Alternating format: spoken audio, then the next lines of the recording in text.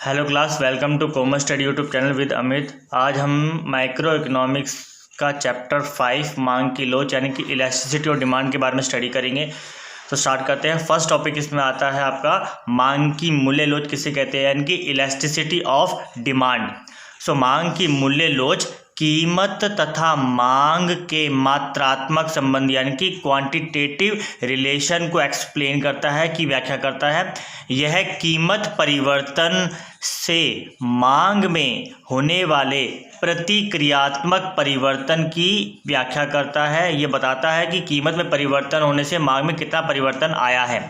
ठीक है, next topic इसमें आता है लोचशील तथा बेलोच मांग किसे कहते हैं, यानी कि elastic and in elastic demand किसे कहा जाता है। सो जब एक वस्तु की मांग में परिवर्तन कीमत में परिवर्तन की तुलना से अधिक होता है तो इसे अधिक लोचशील मांग कहा जाएगा।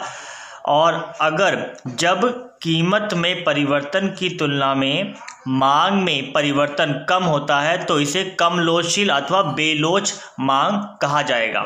ठीक है, नेक्स्ट टॉपिक आ जाता है इकाई वाली लोचशील मांग किसे कहते हैं, यानी कि यूनिटेरी इलास्टिक डिमांड किसे कहा जाता है। तो यूनिटेरी इलास्टिक डिमांड यानी कि इकाई लोच किसे कहते हैं, जब कीमत तथा मांग के परिवर्तन समान अनुपात में होते हैं तो इसे मांग की इकाई वाली लोच कहा जाएगा। याद रखना, जब कीमत और मांग में समान या बराबर अनुपात में परिवर्तन आता है तो उसे इकाई वाली लोच कहा जाता है मांग की। इस दशा में कीमत में प्रतिशत परिवर्तन तथा मांग में प्रतिशत परिवर्तन इकाई के बराबर ही होता है। ठीक है, नेक्स्ट टॉपिक है कि मांग की मूल्य लोच के माप की कुल व्यय विधि की व्याख्या कीजिए। Total expenditure method of measuring elasticity और डिमांड, यानी कि कुल व्यय विधि के जरिए आप मांग की मूल्य लोच को कैसे मापते हैं उसके बारे में बताइए।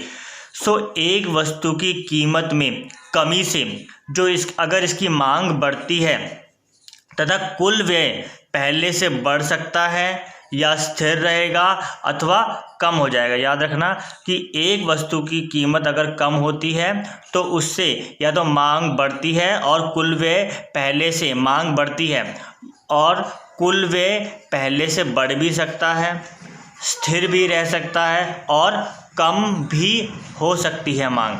ठीक है, सो अगर कीमत में कमी होती है और उससे अगर कुल व्यय बढ़ता है तो इसे अधिक लोच कहा जाएगा, मांग की अधिक लोच कहा जाएगा। अगर कीमत कम होती है और कम होने से कुल व्यय बढ़ता है तो इसे मांग की अधिक लोच कहा जाएगा।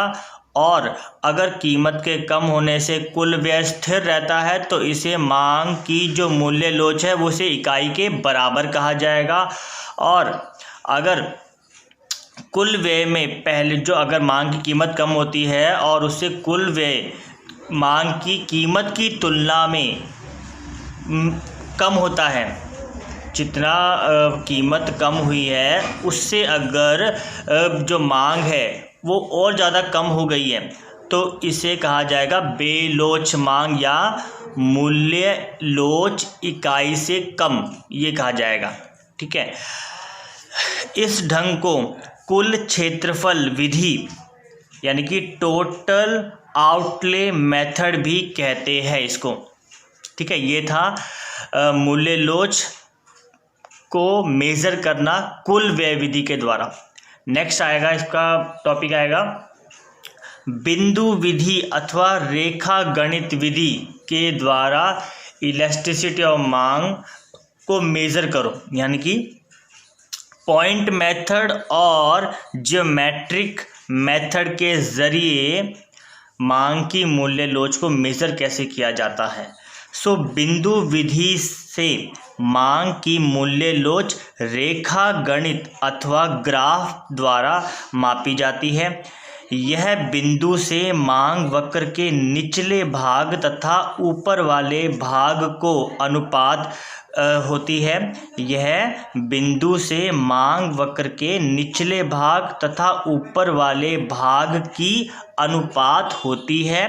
पर यदि मांग वक्र अरेखीय प्रकृति की हो तो जिस भी बिंदु पर मूल्य लोच का माप करना होता है उस पर दोनों अक्ष होते हैं एक्स और वाई, दोनों अक्षों को मिलाती स्पर्श रेखा खींची जाती है तथा फिर इस सूत्र का प्रयोग किया जाता है। रेखा चित्र द्वारा इसे आप स्क्रीन पर शो हो रहे इसे डायग्राम के ज़रिए देख सकते हैं।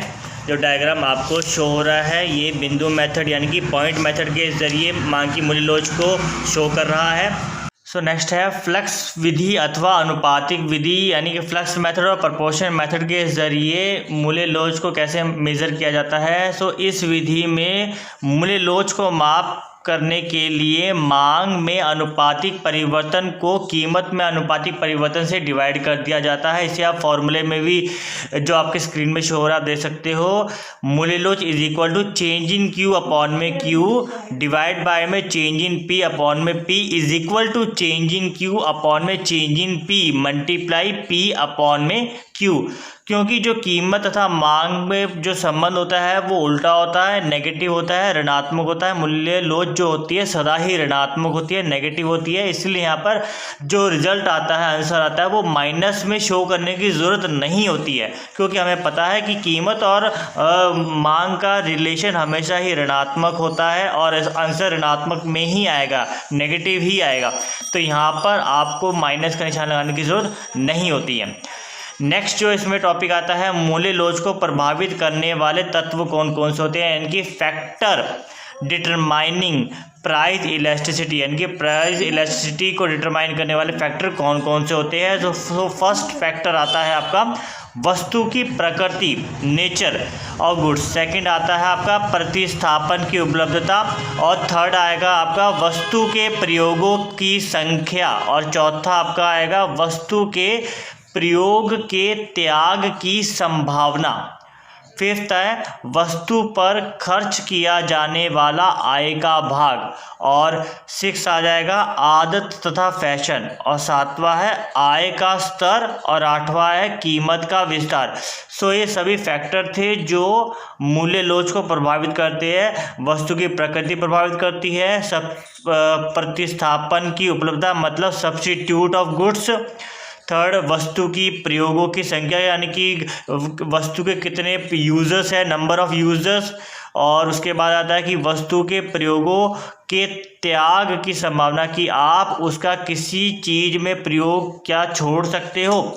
उसके बाद आता है पांचवा कि वस्तु पर किया जाने वाला खर्च के आय का भाग, जो आप आय का भाग उसमें खर्च करोगे वो कितना करते हो।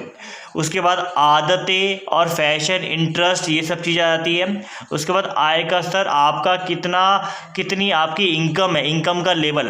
उसके बाद आता है कीमत का विस्तार। ठीक है, तो ये सारे फैक्टर थे जो मूल्य लोच को प्रभावित करते हैं मांग की। नेक्स्ट टॉपिक और लास्ट इसमें जो टॉपिक बनता है वो है आपका मांग का मूल्य लोच का महत्व क्या है, यानी कि importance of elasticity of demand की इलास्टिसिटी ऑफ डिमांड की इम्पोर्टेंस क्या है। सो फर्स्ट इम्पोर्टेंस है इसकी कीमत निर्धारण में सहायक होती है, किसी वस्तु की कीमत के निर्धारण में ये सहायक होती है। दूसरा है कर अधिकारियों के लिए ये लाभदायक होती है और तीसरा उत्पादन के साधनों के पुरस्कार, जो उसमें उत्पादन के जितने भी साधन होते हैं जैसे कि भूमि, श्रम, पूंजी, उनको पुरस्कार देने के लिए, मतलब अगर भूमि के लिए हम पुरस्कार के रूप में भूमि का लगान देते हैं और श्रम के पुरस्कार के रूप में उनको वेतन देते हैं, मजदूरी देते हैं। ठीक है, इस तरीके से। सो और फिफ्थ पॉइंट आता है इसमें कीमत विभेद। सो 5 इसके इम्पोर्टेंस है, 5 महत्व है मांग की मूल्य लोच के। पहला क्या था, कीमत के निर्धारण में सहायक होती है। दूसरा कर अधिकारियों के लिए लाभदायक होती है। तीसरा उत्पादन के साधनों के पुरस्कार के निर्धारण में सहायक होती है। और लास्ट आता है कीमत विभेद। ठीक है, तो ये सब थे मांग की मूल्य लोच के महत्व, इम्पोर्टेंस। अब ये हमारा ये चैप्टर हमारा कंप्लीट। इसके बाद हम मिलेंगे नेक्स्ट वीडियो में इसी चैप्टर के इम्पोर्टेंट क्वेश्चनों के साथ जो कि बोर्ड में आते हैं और आ सकते हैं।